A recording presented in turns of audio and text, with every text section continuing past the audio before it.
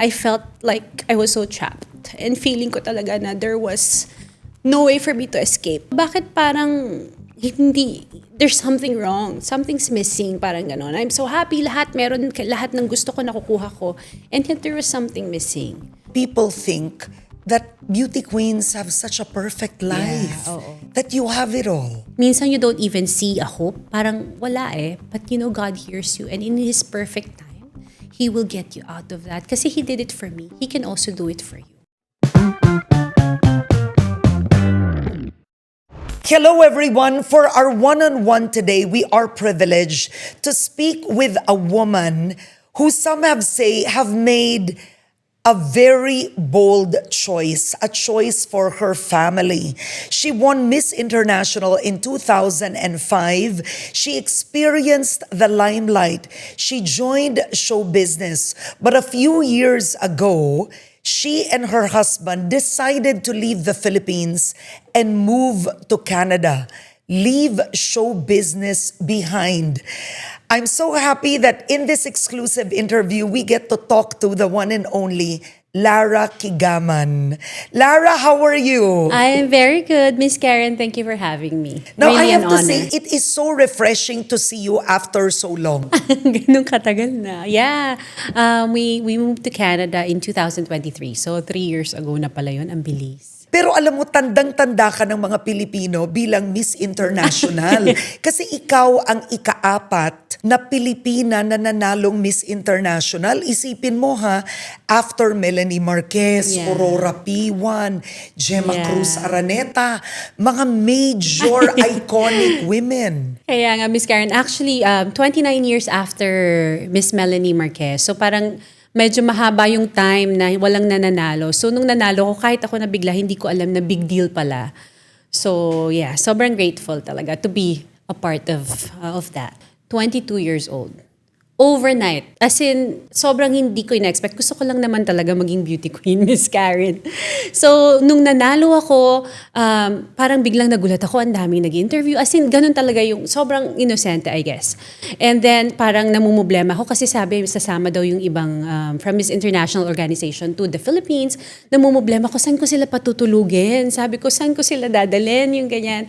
So, I didn't realize na pagbukas ng door ng eroplano, sobrang dami ng tao, sobrang dami nag-welcome. And was talagang parang overnight. My life changed overnight. Grabe.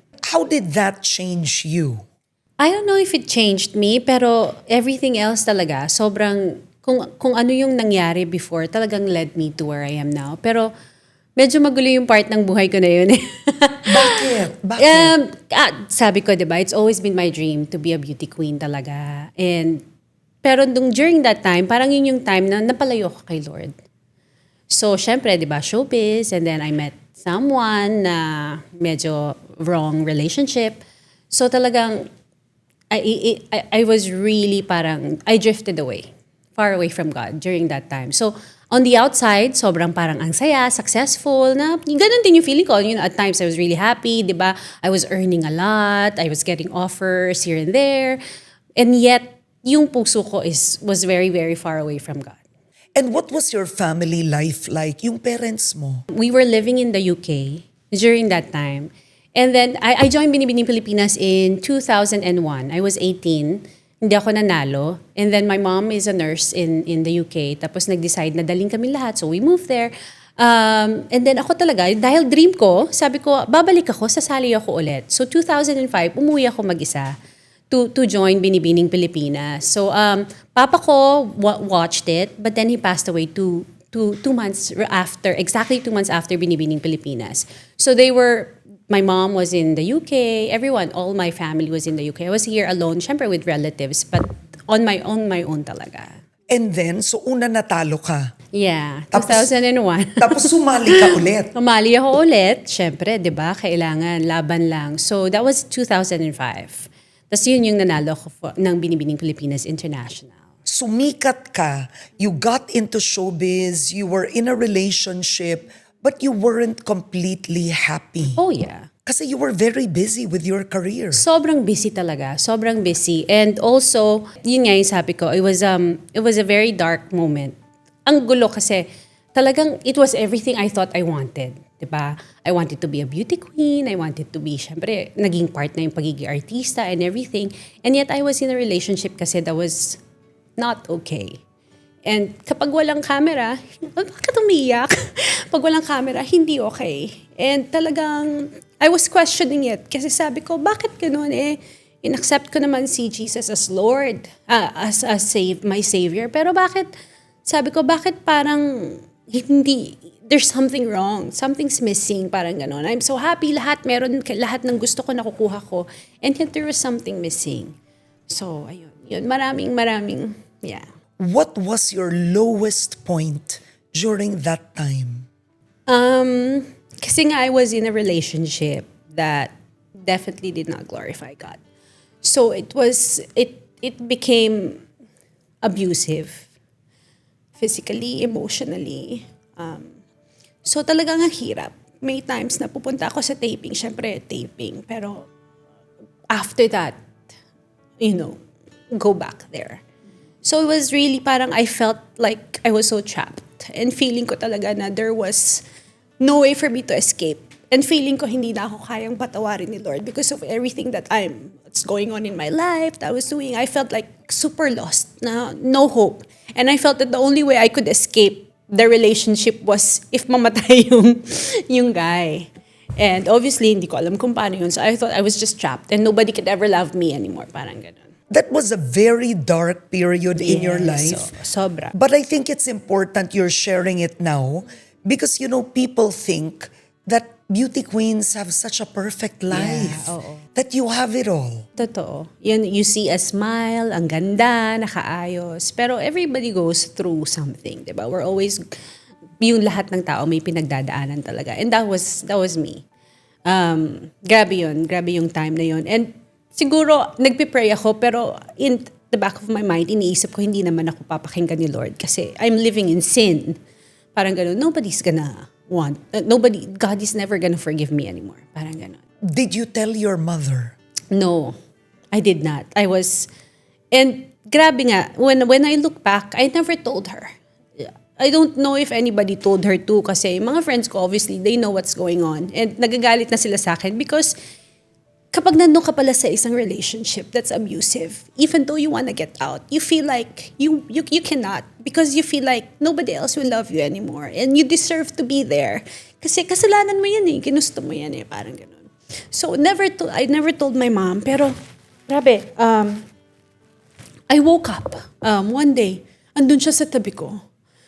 Tapos, nagulat ako, tapos umiiyak siya, tapos niyakap niya lang ako. Ang mami mo? My mom, who was living in Canada, she flew for some reason. I don't know who told her, how she found out, and then, I'm gonna help you. And so, kinausap niya the guy, and then, talked to the family too, and said, please leave Lara alone. Kasi ako, I don't think I would have left if it wasn't for my mom coming over and pulling me away. So, ayun. That was the end of that.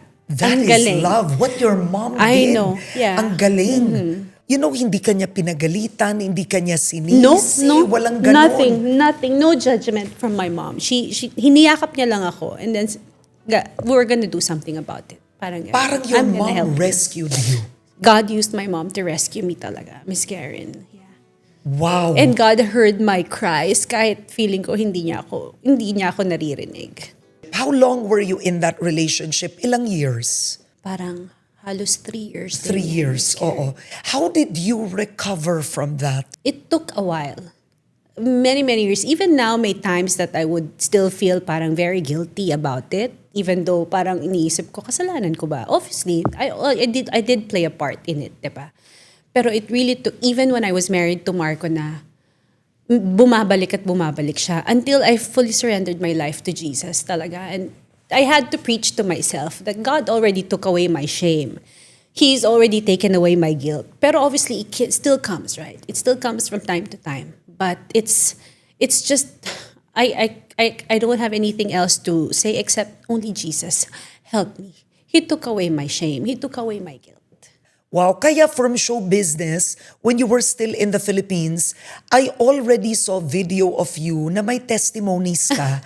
Nakita kita sa 700 Club. Yeah. Kumbaga, you were sharing before, right? And why did you share before? Kailangan mapakita natin sa tao how God pulled me out of that. Where I was before, na akala ko there's no escape. Where I felt I was really so trapped, na wala na talagang pag-asa. God pulled me out of that. You were in a bad relationship that must have been so traumatic. Did you ever think you would find love again? Yun nga, yun yung feeling na akala mo wala nang magmamahal sa'yo kasi you deserve kung nasan ka. And then I met Marco and he's everything na opposite ng lahat ng pinagdaanan ko. Kaya lagi ko sinasabi, he really is my answered prayer. Sobra talaga. And he Ikwento. loved me. Pero ganun talaga yung feeling. Parang talagang wala na magmamahal sa akin. Parang feeling ko damaged goods. Grabe pala ang epekto, no? Kapag nagdaan ka sa any form of abuse, bilang babae, sinisisi ng babae ang sarili niya. Akala natin tayo may kasalanan. That's why it's so hard to get out of it eh. Kasi you feel that you deserve to be there. Na kasalanan mo yan, pagtiisan mo. Parang ganon. But no, there's always hope. There's always a way out. And God always uses people to bring you out of that. Now, you met Marco.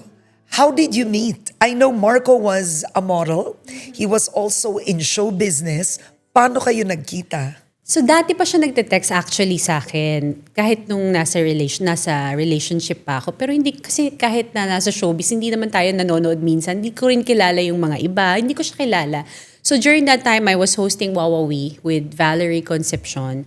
Tapos si Valerie yung sabi, gusto kang ka-text nitong friend ko, si Marco, ganyan. Sabi ko, hindi ko kilala, sino ba yan? Sadali, Google mo. Pag Google ko, langis-langis yung mga lumabas. Kasi di ba, parang model siya ng bench during that time. Sabi ko, ayoko yan. Sabi ko, underwear lang. Malangis. So, but di siya, text lang siya ng text. Until after the relationship, yun na talaga, pinursu niya na ako. And did you like him right away? Ang pogi Miss Karen. Sobrang pogi. And talagang very persistent din si Marco. Talagang pupuntahan niya ako kung nasan ako. May bukas pa taping, Pampanga, ang layo, di ba? Talagang pupunta siya doon, magdadala ng pagkain. And yun na. You were a Christian already by then. I thought I was a Christian already by then, Miss Karen. I thought I was a Christian since I was 9 years old. Pero yun nga, di ba? My lips were saying, Jesus is my Savior, and yet my heart was so far from Him. So, akala ko. So, dahil I grew up in a Christian home, diba? Dami ko alam na Bible verses, lahat yan, VBS, Bible camp, pinuntahan ko yan. And so, I thought I was a Christian. Pero hindi pala. It was only by word. It was only by label. Now, you met Marco. Did Marco know the Lord then? What made you love him? Maliban sa kagupuhan niya, yun nga, he was really kind and talagang hindi niya ako tinigilan actually. Kahit, coming from a relationship na hindi okay, I was really hard on him. Kasi parang feeling ko palagi, it's gonna happen again. So parang ako yung naglalakas-lakasan na parang no, ganyan. So lagi ko siyang pinapaalis. He never left me. Kahit na nagiging krung-krung na, naluloka-loka na minsan, parang tahimik lang siya, yayakapin lang ako. He would let me just be ganyan until I calm down. Why do you think did he stay? Nagandahan siya sa akin. Yeah, Talagang isa physical talaga no? Hindi, sabi niya talaga rin na nung nakita niya ako, sabi niya, ito na yung babaeng papakasalan ko. And he would always say he loves how close I am with my family. Tapos, yun nga, sabi niya na I'm close with God. Kasi kahit na I would go to church, I would bring him with me to church, parang ganyan. So, isa yun yung mga reasons na sinasabi niya. Nung nakita ka niya, alam na niya, ito ang babaeng pakakasalan ko. Yun ang sinasabi niya sa akin. Ewan ko sa kanya. Pero nung nag-detect siya, said too many naman. Di ba? Noong mga panahon na yun, uso pa yung parang marami kang matetext ng mga quotes, ganyan. Pero really, looking back, what do you think was it about you? I don't know. Kasi feeling ko talaga hindi. Parang, I don't know. Sobrang mababa yung aking confidence sa sarili. Pero siguro it's really God drawing us together. Sobra talaga. I really believe that. Na pareho kaming hindi namin alam the reason, obviously. Obviously, we have our reasons, pero yung talaga God really is the one who drew us together. And how did he propose? How did he do it? Alam mo, we didn't have a grand proposal. Parang nanonood lang yata kami ng TV, tapos sabi niya, pakasal na tayo? Sabi ko, sige, pakasal na tayo. Sabi ko, gusto kong ring yung parang sa Sex and the City, yung Black Diamond, ganyan. Sobrang casual lang. And I love it. Kasi parang, alam ko na yung decision namin was because we both wanted it. And hindi dahil na-sway sa grand gesture.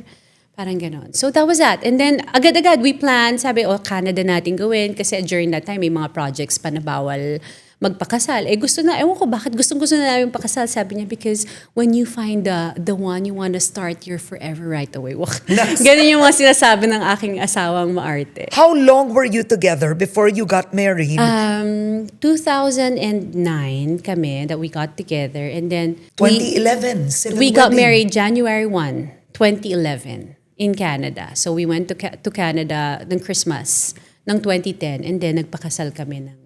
Napaka-special nun kasi nakita ko yung mga litrato. They're very, alam mo yun, it's so intimate. Right? When you look back on your wedding day, the civil wedding, how do you feel? Sobrang saya, obviously. Pero sabi ko nga na even though we got married, it was so easy for me to say, ayoko na, hiwalay na tayo. Ang ganda ng pictures, Miss Karen, di ba? Pero parang is at the back of my mind, Canada, para madaling divorce. Para pwedeng mag-divorce. Kasi parang meron pa ring fear na this is not gonna be okay, this is not gonna work out. So parang ganon. So kapag nag-aaway kami, minsan nga sobrang petty lang. Ayoko na, hiwalay na tayo. Ganon ako. Sobrang bilis ko. Ayoko na, hiwalay na tayo, tama na. Parang ganon. But again, Marco will not give up. No, hindi pwede, ganyan. Pag-usapan natin. Gosh, this guy, I know. Naku po, lalaki ang ulo pag napanood niya to. Wow. So, syempre, na-trauma ka nun eh. May past trauma ka, ayaw mo ng rejection. I think so, yeah. Ayaw mo masaktan ka na parang, ikaw ulit. Ako na lang. Parang mauna na ako. Parang Oo. It's called protecting yourself, di ba? Yeah, but you lasted in 2012, you had a Christian wedding. Yes, oo. Pero ganun pa rin, Miss Karen. Even though we had a Christian wedding, ganun pa rin. Up until, as in, kawawa yung asawa ko sa akin. Up until the time na, it was an ordinary day, Miss Karen. I was driving. And then I just prayed, Lord, I don't want to live like this anymore. Kasi there were times, Miss Karen, talaga na I would wake up in the middle of the night shaking. Parang takot na takot ako. Hindi ko alam kung bakit. As in, takot ako na kamamatay na ako right away. Every time I would get on a plane, sobra akong natatakot na mamatay. And I guess, nafe-feel ko na pag namatay ako, I will not be in heaven. Parang ganun yung feeling ko, ganun yung thinking ko. And sabi ko, bakit? Christian ako. Akala ko Christian ako. Sabi ko ganun. And then yun nga, during that time, I can't even, we had Noah already. And I prayed that, na sabi ko, Lord, ayoko na ng ganitong buhay. Sabi ko, I want really to live my life for you. I was driving. I don't even know why that prayer came up. And then nung habang papasalon, papakulay ng hair, nagpost ako sa Instagram ko ng 2 Bible verses. Jesus said, I am the way, the truth, and the life. No one comes to the Father except through me. And then the other one was, I think, Acts 4:12. No other name in heaven was given to mankind by which we must be saved. Parang yun lang, Bible verses. And then nagulat ako, ang daming comment. Miss Karen, ang daming respect, grabe ka, self-righteous ka. Bible verse, nothing else. Tapos yung pala, the Pope was in town during that time. So I can't remember what year was that. The Pope was in town. So I think, akala nila, kasi syempre people know me as a born-again Christian, parang ganyan. Akala nila, nagpaparinig ako. Oh pero it was just Bible verses. Nothing else. Bible verses. And na-post ko lang siya because I thought, ito na yung simula lang dapat pagbabago ko. So I want to share, parang ganon. Tapos yun na. Tas doon na, tas syempre, defensive, parang hindi. Pag ilalaban ko yung sarili ko, so ako naman post, not because I wanted to share the love of God, but because I wanted to defend myself. And then I came across, Kumbaga may bashers may nung mga panahon laban, na yun. meron na. Oo. So I came across, I think it's Matthew 7:21 to 23. Not everyone who calls to me, Lord, Lord, will enter the kingdom of heaven, but only the one who does the will of my Father in heaven. And then I think verse 23 says, get away from me, you evildoer. I never knew you. Nung nabasa ko yun, Miss Karen, feeling ko talaga Jesus was speaking to me. And He was saying, I don't know you. And sabi ko, Lord, I want you to know me.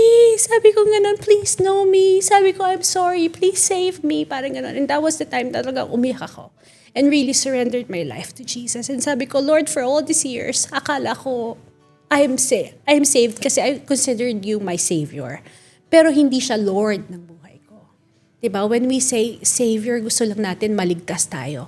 But then we live a life so different from what He wants, how He wants us to live. And during this time, may anak na ba kayo Meron ni na. Marco? We had Noah already. Wow. Yun, that was the start of everything na parang suddenly peace. Parang nawala yung fear ko na mamatay. Parang I was even excited to die so I can see Jesus. Parang ganon. And I started to get thirsty, started talaga reading the Bible for the first time with clarity, with understanding, with that thirst. Parang ganon. And I think Marco saw the change kasi hindi ko na siya masyadong inaaway or kung inaaway ko man siya, hindi ko na siya minumura. Parang ganyan, wala nang masyadong sigawan. And that was also the time that he started to really, I think because he saw the difference in me. Kasi dati sasabihin niya, pag nag-aaway kami, Christian ka, kaka-church lang natin, tapos ganyan ka, mumura ka, inaaway mo ko. Parang ganon. So when he saw the change in me, I think it was that time that God called him to. And that was when he accepted Jesus. You know, what a beautiful story. And what I like in your story is napaka-unpretentious ng kwento mo sa pagiging Kristiyano na marami sa atin ganon. Yeah, totoo talaga yon. And really, God changes you. Not instantly, obviously. As in, we are works in progress, diba? Unti-unti niyang binabago. May mga, ako, galit sa mga taong hindi sa akin nagkasala, Miss Karen ha. Nagkasala halimbawa sa mga kaibigan ko or sa mga kamag-anak ko. Ako yung galit na galit. Ako yung gustong parang saktan sila. And makikita ko lang yung tao na yun. Buisit na ako. But then, after that, after a while, because God has forgiven me after everything that I've done, parang sino ko para hindi magpatawad?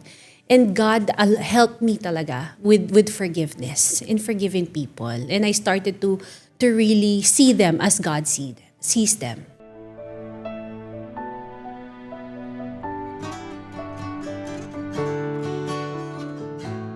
Now you have 3 children, Yes. right?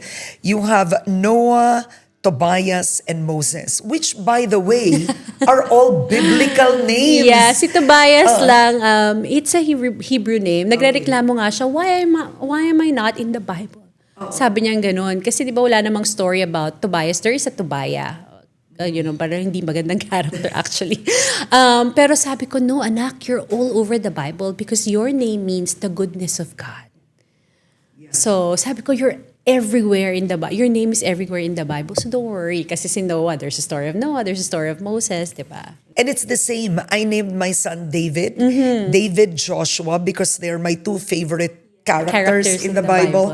And my younger son, Lucas, I named him after the Apostle Luke. Yeah. So I feel you. So 3 anak nyo, you were in the Philippines. Yes. Okay naman ang buhay. Yes, sobra. Right? What was life like? Kasi malaking desisyon ang pack up and go to Canada na. It was really good, Miss Karen. Everything was really parang stable, maayos naman talaga lahat, 'di ba? Although that was the pandemic then when we really decided. Pero kasi even before when we got married in Canada, medyo napag-uusapan namin parang maganda dito mag-raise ng family. Parang gano'n kasi it was really nice and my mom lives there then. So pandemic came and then parang tumatanda na kami. And then after that election, parang sabi ko, parang this is the time na we need to decide, are we moving or not? So, inayos namin. And our prayer Did you is... pray? Of course, Miss Karen. And our prayer is, if God lets us move, ang prayer namin is kung saan kami dali ni Lord, kung papapuntahin niya kami doon, is that He will draw us closer to Him and kung saan kami makakaserve sa Kanya more. If not, then we'll stay wherever He wants us to stay. Sabi, di ba, you will know kapag everything is happening, doors are opening up, but also, if you are getting closer to Him. Kasi if doors are opening up pero napapalayo ka, then that's not the will of God. Di ba? So, now we know that God really placed us there kasi we are so grateful kasi we are able to serve there. But it was just so easy kasi talagang ang usapan namin is hindi pwedeng may maunang isa. Parang ganun, we have to be together. If we're not there together, then never mind. Nung umalis kayong Canada, nagbatang Quiapo ka na nun? Yes. Paalis na ako, nagbabatang Quiapo. Isipin mo yun. Yeah. I mean, yung iba matatakot na, teka lang, nasa Batang Quiapo na ako eh. Right? Yung iba hirap iwan ng showbiz. Sobrang scary talaga. Sobrang scary. Kaya talagang nag-pray kami, mindset namin na it's not gonna be an easy journey. Kasi pagdating namin doon, alam namin kami lang. Siyempre dito sa Naitaya, Miss Karen, that we have people who help us in the house, diba? Pagdating doon, it's just gonna be us. And at also, saka pinagkakaguluhan ka dito. Diba? Work-wise too. Ako kasi, Miss Karen, I grew up kind of in the UK. So ako na-experience kong magtrabaho sa supermarket, maglinis ng table. Ang worry ko is Marco. Kasi never naman niyang na-experience any other work aside from being a model, being in show business. So siya ang worry ko. So yun, yung pinaka-big adjustment. But, Marco talaga, lunok ang pride in everything talaga. And grabe talaga yung move namin. When we got there, it wasn't easy, but it became easy because we were prepared. Pinaghandaan din talaga namin. And we prayed about it. And then we also have a community na tumutulong sa amin doon. Yung lunok ang pride. Lunok ang pride ng asawa ko. Wow. Yeah. Sobrang proud. Naiyak na naman. Sobrang proud ako sa kanya. Kasi when we went there, hindi kami pareho masyado marunong magluto. So nung una, ako pa yung nagluluto. Tapos siguro naawa siya sa akin kasi I went to school Miss Karen. I studied again. So, ang ginagawa ko, pagdating ko sa bahay, magluluto ako sa gabi para may kakainin sila the next day. Siguro hindi rin masarap. So, yung asawa ko, nag-aral magluto. So, now he's the one who cooks.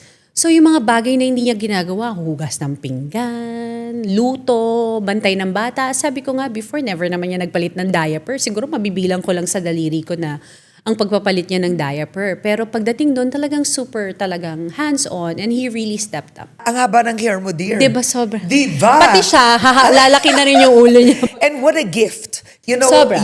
marriage I am so is grateful. a gift from God. Sobrang grateful. Really, both of you to each other. Sobrang grateful. All right, so you moved to Canada.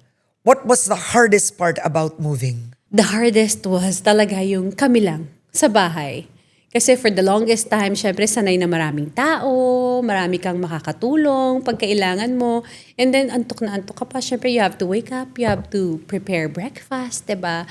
Plus also kasi I went to school again. Oo, bumalik ka. Bumalik ako. Oo. And nag-full load din ako, Miss Karen. So it was really hard kasi I have 3 boys at home. And then I have to do my homework, I have to do, dami kong kailangan gawing paperworks.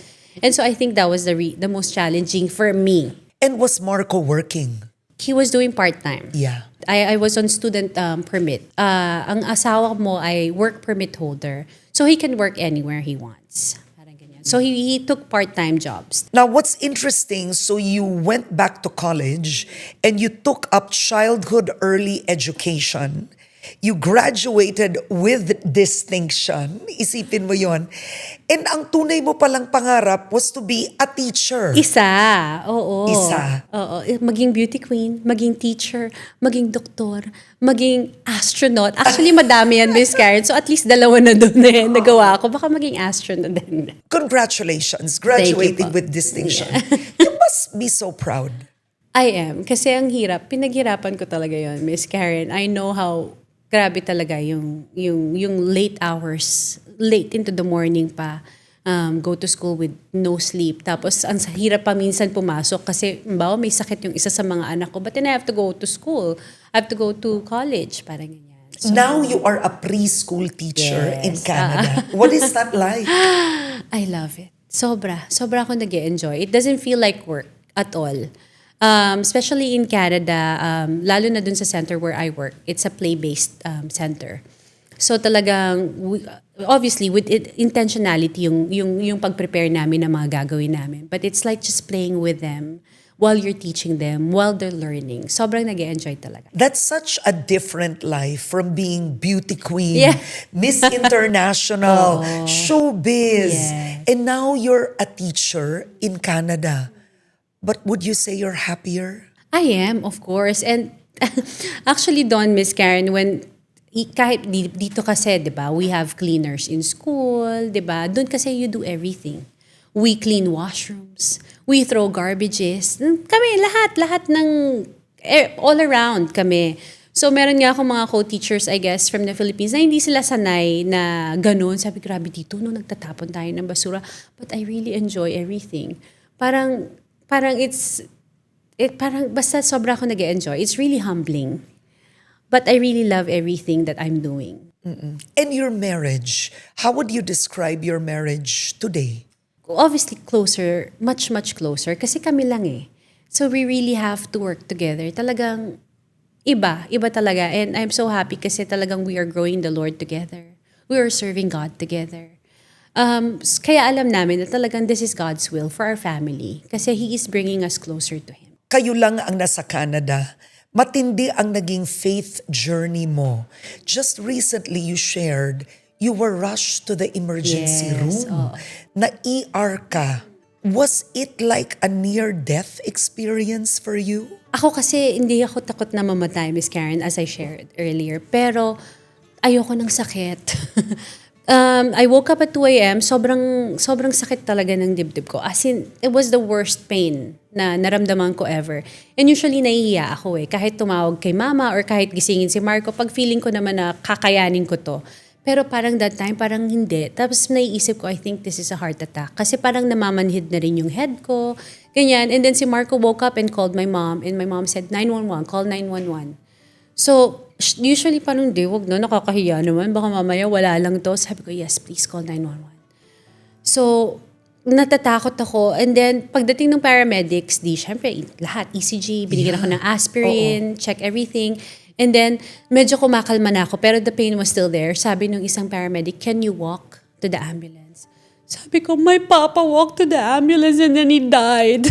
Kasi when we were in the UK, that's how my papa died. He was having an asthma attack. And then my mom called the ambulance. Tapos, kaya niya pa, lakad pa siya. Pagpasok niya sa loob ng ambulance, nag-cardiac arrest na siya. Tapos namatay na siya. So nagpakarga ka? So, no. Naglakad ako. Pero habang naglalakad ako, pagdaan ko sa kwarto ng mga anak ko, sabi ko, I love you guys. Parang feeling ko, mamamatay na ako pag sakay ko ng ambulance. May ganun akong thinking kasi nga, what happened to my papa. Pero obviously, I mean, Yes, oo. But then, you shared it on your Instagram. Matindi yun what you went through in the ER. And you had your own realizations. after surrendering my life to Jesus, talagang I've always, I guess, been reminded that life is fleeting. Anything can happen. We can go now, we can go later. We don't know what's gonna happen tomorrow, di ba? And talagang kailangan talaga you have to live with purpose. Talagang kailangan every day talaga you always surrender. Every day you always ask God for guidance kasi we don't know what's gonna happen.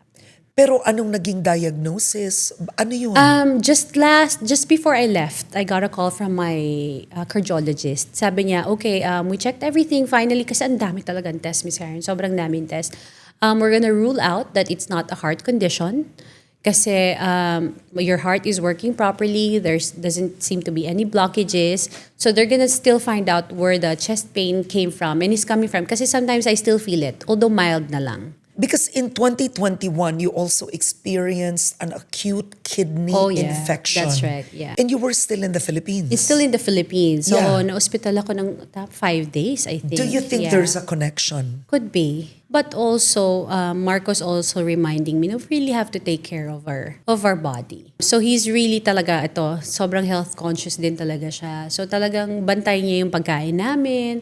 Minsan nagagalit na ako kasi we need to work out, you need to get your heart going fast, parang ganyan. So, one of the things I learned is you really have to take care of your body. Of course, we trust in God that He's the one taking care of us, He's the one protecting us, but also steward tayo ng katawan natin. So, we also have to take care of it. And hindi lang yun, you still have 3 young boys, So, yeah, right? of course, Yeah, of course. you love being a mother. You're a preschool teacher. Sobra, oo, sobra. Hindi natatapos. Parang tuloy-tuloy lang na all around akong kasama ng mga bata. Although sometimes I feel guilty kasi syempre pag nasa school ako, hindi naman ako magagalit sa mga estudyante ko, 'di ba? Kahit ganong kakulit sila. Pero minsan pag pagod na ako, parang feeling ko overstimulated na ako, overtouched, overneeded. Tapos pagdating ko sa bahay, mommy. So minsan sa kanila ko nabubuhos yung aking init ng ulo. Pero I love talaga. And God has been so good. Binigyan niya ako ng 3 boys. Your life journey has made you into the woman you are today, right? After everything that you've experienced, both the bad and the good, who is Lara QUIGAMAN today? Lara is loved. Sabi ko nga, my name is Precious Lara. Ang galing ng papa ko when he chose that name kasi I never liked the name Precious. Parang sabi ko, ang hirap sabihin. Parang ganyan, tsaka parang ang corny pag Precious. But now, I see it. I see that I am precious in God's eyes. Na no matter what happened to me in the past, He sees me as precious. He doesn't see me as worthless. He doesn't see me as dirty. He sees me as His precious child. I am precious, Lara. You know, to the many women who are watching you right now, maraming babae, they are in relationships right now. They're either unhappy or it's toxic. Hindi nila alam what to do. Yeah. Anong advice mo? Anong mensahe mo sa mga kabaro natin? Yeah. God sees you. God knows what you're going through. He sees their cries. And ang hirap and I like what I went through na parang feeling ko wala nang nakakarinig sa akin, even God. God hears you. So I guess the only thing I can say to them is you just cry it up to God. Minsan you don't even see a hope. Parang wala But you know, God hears you. And in His perfect time, He will get you out of that. Kasi He did it for me. He can also do it for you. Lara, what is your favorite Bible verse that you say defines your faith and your life? Romans 8:32. He who gave His Son for us, who He did not spare His Son, but gave Him up for us freely, how will He not also graciously give us all things? I love it kasi the first palang line, di ba? He who did not spare His Son, He gave us Jesus. He gave us Jesus, yun na, that's enough. And then the next one, ang susunod doon, sabi niya, how will He not also graciously give us all things? Parang binigay na sa'yo si Jesus. Lahat, everything else that's happening around you, He can also provide for you, not just materially, but that peace that you're longing for, yung happiness that you're longing for. Kasi the ultimate gift was already given The others are just parang wala na, small gifts na lang yun. Kasi we already got the greatest gift, and that's Jesus.